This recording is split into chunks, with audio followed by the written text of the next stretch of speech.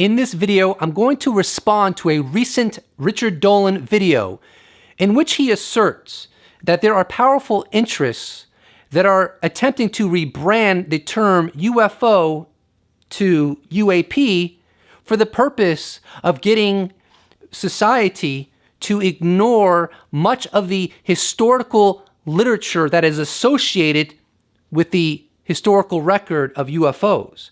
I don't buy into his argument. I find it problematic and I wanted to respond to it. But before I do, I will allow Richard Dolan himself to make his case. At the same time, there are organizations like TTSA out there making their push for greater openness on the subject. Now, I want to make something clear.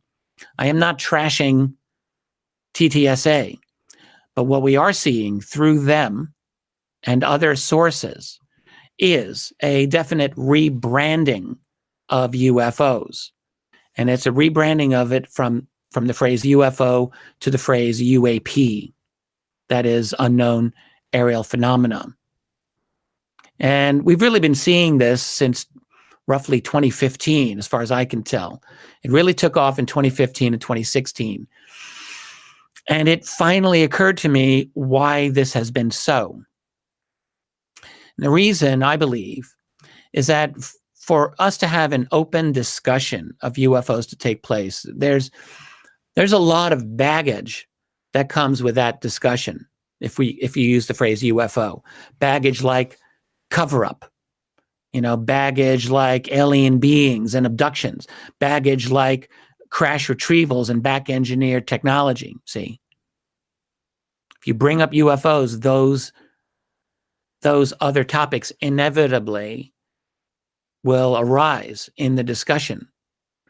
But if you change it to UAP, what we are seeing is the people who are talking about this can say, or are trying to say, there's something out there. We don't know what it is, but we need to investigate, and so on. And this is exactly what you're hearing. For starters, Richard Dolan said UAP stands for unknown aerial phenomena, but from what I've seen, and with my own usage, UAP actually stands for unidentified aerial phenomena.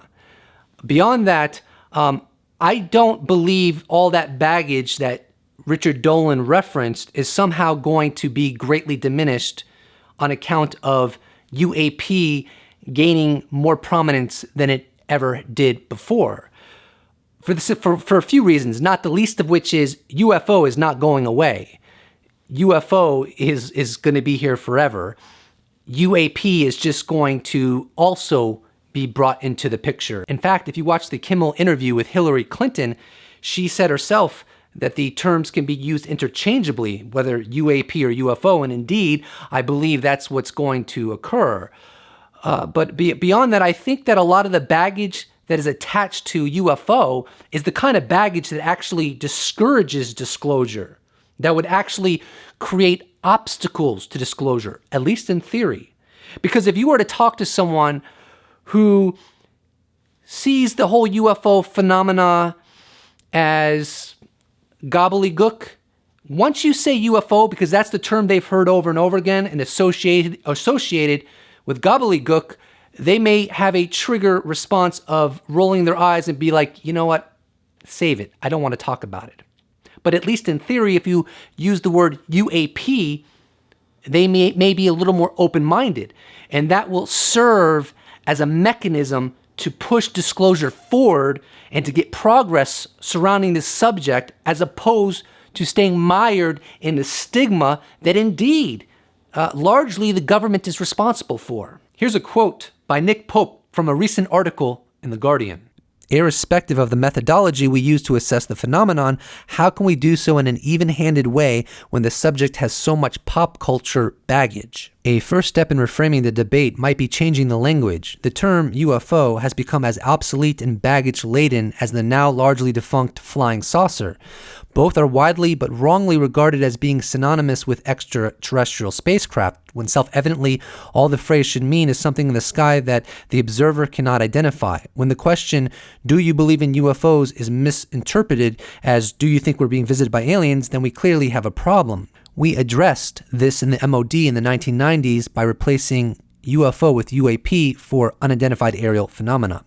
It got us increased funding and made a few senior officials take the matter more seriously because they felt we were looking at a science problem, not a science fiction mystery. If the MOD organically started to replace UFO with UAP, not to change the media and or shape public opinion, but to impress upon senior management to take the phenomena more seriously, then I don't know why people like Hillary Clinton or John Podesta or Louis Elizondo or people within To the Stars Academy wouldn't also organically start replacing UFO with UAP to accomplish the same thing, except whereas the MOD used UAP to accomplish convincing upper management to take the phenomena seriously, Elizondo, To the Stars Academy, Hillary Clinton wanted our society, Congress,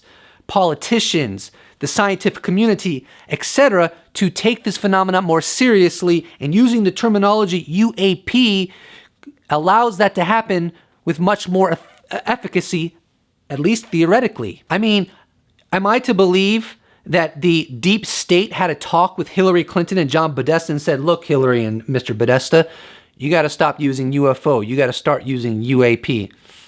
I don't think so. I mean, that's complete conjecture. It sounds preposterous to me. I know that in the past, Richard Dolan has asserted that the reason that Hillary Clinton started talking about UFOs was to get the UFO vote. And I am sorry. I think that is an absolute preposterous argument. I think there is way more risk in talking about UFOs than there is upside. I sincerely believe that Hillary Clinton, she anticipated that she would become president, and her intention was to become the disclosure president. Now, don't get me wrong. It may have been completely for selfish reasons. It may have been completely for her legacy. But I don't believe she was talking about this phenomena to get the vote. That, to me, is just patently absurd.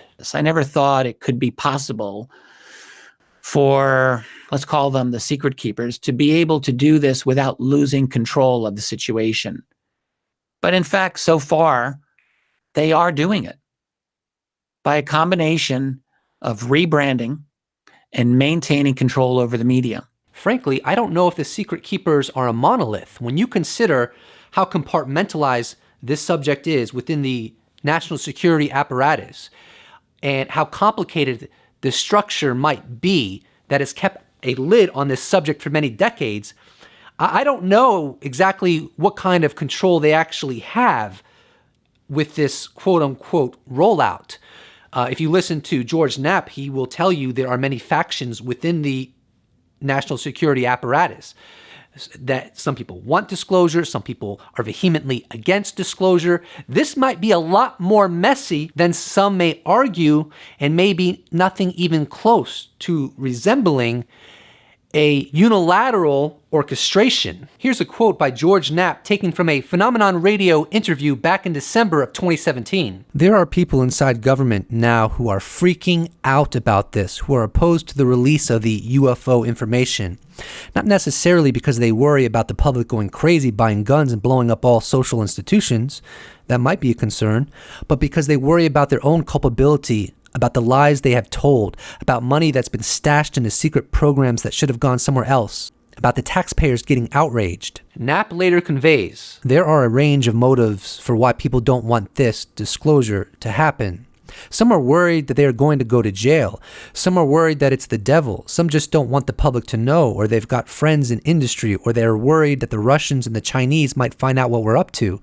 There's a range of reasons. Here's a very interesting exchange between Josh Phillips and Engaging the Phenomenon regarding the multifaceted compartmentalization of the secrecy surrounding this subject matter. In your opinion, what U.S. department is at the top of the food chain when it comes to UAP-related material? DIA, DOD? Might be a stupid question, but I've seen a lot of three-letter agencies lately in a bunch of places, and I'm now a bit confused. Laugh out loud. Maybe there is no top because it is so loosely organized and compartmentalized. Naval intelligence has a hand in it, it would seem, but many other aspects as well. Air Force, NRO, CIA, DIA. It may purposely be dispersed and hidden in dark corners to keep it safe. I'm going to close out this video with a quote from Louis Elizondo from a very recent scientific conference anomalous aerospace phenomena. Elizondo was asked, which services and/or agencies do not want disclosure, confirmation, or would not support it in your opinion? All of them. I am sure they want me to go away yesterday. I don't know when the disclosure process will become a runaway train. But let me tell you something. The sooner, the better. Because every human being on this planet has a right to know as much as possible about the universe that they are a part of. Don't forget to subscribe and hit that notification bell. If you enjoyed this video and you'd like to support my channel, you can check out my merch shop where I sell t-shirts. Link is in the description below, or you could even become a patron. Or you can just slap a like on this bad boy and I'll appreciate it so much. Thank you so much for watching, and I look forward to seeing you in the next episode.